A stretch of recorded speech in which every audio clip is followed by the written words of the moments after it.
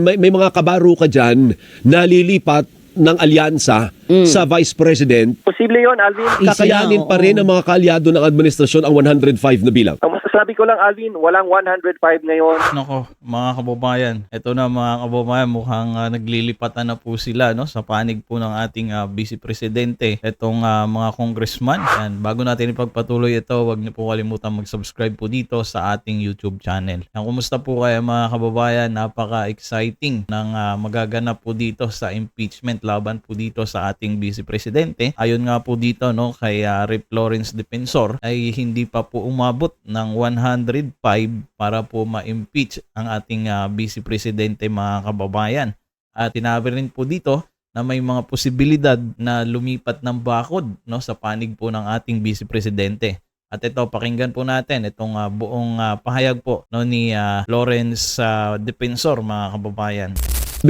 Sabi mo mukhang mahihirapan na makakuha ng mga susuporta sa impeachment ni Vice President Sara Duterte diyan sa mababang kapulungan. Ang ibig mo bang sabihin ay hindi mai-impeach ang Vice President this time?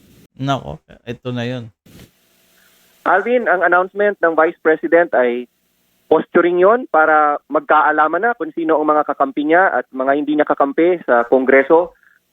Ay matatandaan natin mga kababayan na sabi nung nakaraan, ipinilit lamang daw sila na pumirma, no?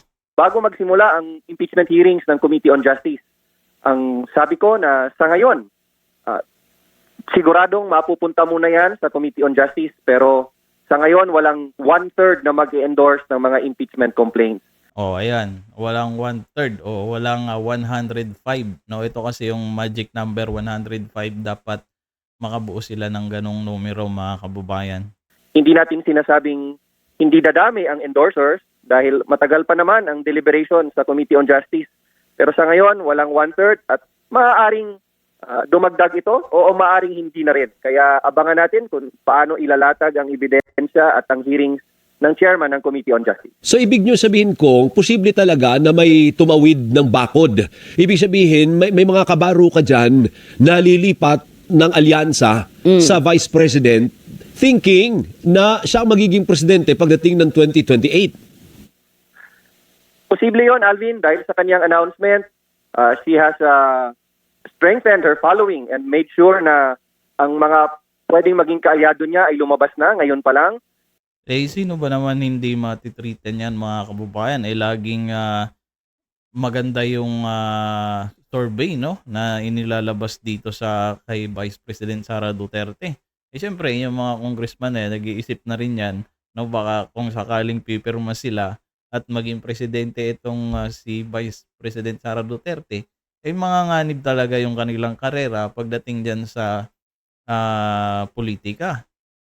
There are regions and provinces very close to the Dutertes and we understand the dynamics of politics at dahil malapit na ang 2028 at lalo na't walang matatag na kandidato ang administrasyon na lumalabas. Oh, ayan. Sino ba naman ang isinusulong ng administrasyon? Parang si Rimulya ata, mga kababayan, no? Hindi ako sure, ha? Hindi ko nakikita ang ibang congressmen ay may sandalan para sumugal ng kanilang pamumulitika sa 2028. Pero sige, tuloy mo. Sige, Alvin. Pero meron bang may number? Do you think may number para pumasa ang impeachment complaint in form and substance dyan sa Committee on Justice? Yes, posible talaga 'yon, Alvin. I am sure it will pass after due deliberations at pagbobotohan.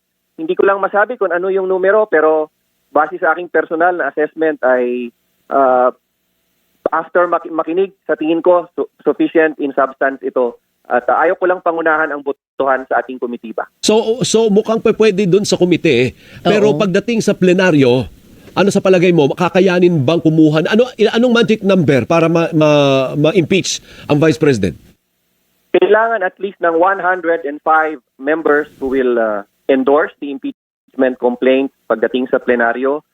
We cannot discount the possibility na dadami ang posibleng mag-endorse nito pagkatapos ng mga hearings sa Committee on Justice. So yung 105 sa iyong pagtansya, is it an uphill climb or hindi easily? Easy Kakayanin na, pa oo. rin ng mga kaalyado ng administrasyon ang 105 na bilang?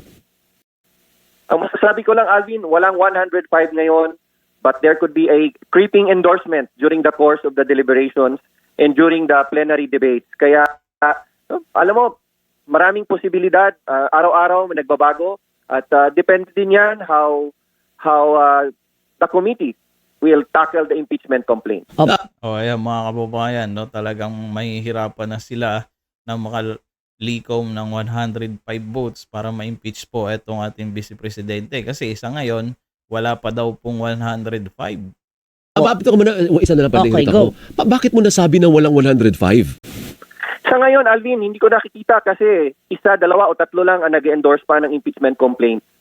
Hindi katulad noong isang taon na lalo na nung lumabas ang kanyang video na may banta sa buhay ng presidente at first lady. Yon, malinaw yon. Kaya karamihan sa amin alam na it is an impeachable offense and it's a betrayal of public trust. So, Pero ngayon, mas dahil sa Supreme Court decision na dapat sundin natin, mas magandang gusto ng mga congressman na marinig na muna ng malinaw ang ebidensya sa Committee on Justice bago natin pagbotohan at malaman kung sino talaga ang boboto in favor of the impeachment complaint. sa salitang kanto, mukhang marami nang magbabalimbingan anytime soon.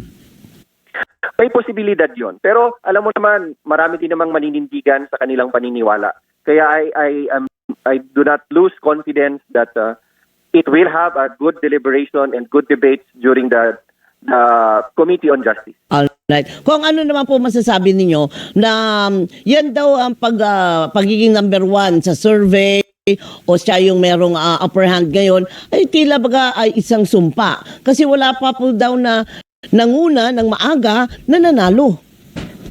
Tama yun, Doris. Ang mga number 1 sa Kahit naman na panghuli yan, no, ganun pa rin ang magiging resulta. Kasi napakalakas pa rin po ng mga Duterte, no, sa taong bayan. survey na tumakbong presidente ay laging talo. At kahit nag-announce na ang vice president na tatakbo siya, maaga pa. 2026 pa lang, maraming nangyayari sa loob ng 2 taon. Minsan bumabaliktad nga ang balita sa loob lang ng 1 linggo. Nakikita ko na posturing lang ito ang kanyang announcement bago simulan ang impeachment hearing. Opo. So sa mga kababayan natin na nag-aabang, may panibago pong impeachment complaint na inihain na naman kahapon, Congressman. Paano po ba yan? Pag-iisahin po lahat yan, yung apat na po, ano po? 4. Talagang dinamihan na, no? Yeah, I won't preclude what the Committee on Rules will do. Pero magandang isabay na lang natin, kung pwede lang naman, para magiging katulad siya ng Marcos impeachment complaints na wala tayong iniwan. And we will be fair na kung ano ang rules of impeachment na ginamit sa Committee on Justice, sa Marcos complaints, ganun din ang gagamitin sa impeachment complaints against the Vice President. Ayun. Oh, by the way, Congressman, may nanligaw na po ba sa inyo No. na pumunta na sa kampo ni Duterte? Wala, Alvin, at sigurado akong walang lalapit sa akin. Bakit naman? Bakit naman?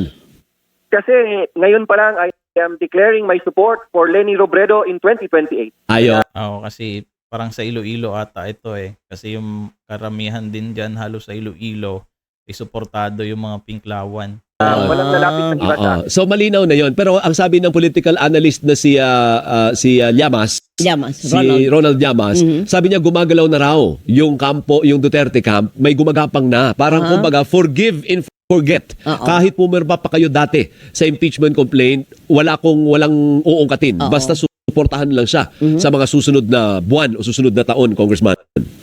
May posibilidad yon, Alvin. As you know, paulit-ulit natin sinasabi that the impeachment is a political process. It's a numbers game. At totoong pwedeng magligawan talaga pagdating sa suporta. Pero ano ito, paghamon ito sa administrasyon na kung wala silang malakas na kandidato for president in 2028, ay mahihirapan sila. It will be an uphill battle for the administration. Kaya sana makahanap sila kung sino man dyan at magsuporta na lang ng isang common candidate for 2028. Sabi mo Leni ka, Kong. Paano yan? Kung, kasi busy din si Ma'am Leni dun sa Naga. Tsaka Kung dineklara nagugustuhan niya niya dati partner na pa. hindi siya interesado sa national. Correct. Paano yan kung hindi naman tatakbo si former Vice President Leni Robredo? Alam mo, malayo pa ang 2028. Anything could happen at hindi kami nawawalan ng pag-asang may matatag na kandidato tulad ni Leni Robredo na magbibigay ng direksyon sa ating bansa. Ayaw kong tuwing nag-uusap tayo, impeachment na lang. There must be something else that we can do for the country. Dapat may gawin kaming iba at sana matapos na itong mga impeachment para makapagtrabaho tayo tulad ng isang mga national wage hike, National Land Use Act, na maramdaman ng tao itong huling 2 taon ay may magbabago sa buhay nila at hindi lang politika ang pinag-uusapan. So ayan mga kababayan, ano pong masasabi nyo dito? Kung may opinion po kayo, pwede nyo po i-comment dyan sa baba na talagang nakaka-excite, no? Ang susunod pang mga araw mga kababayan. Maraming salamat po.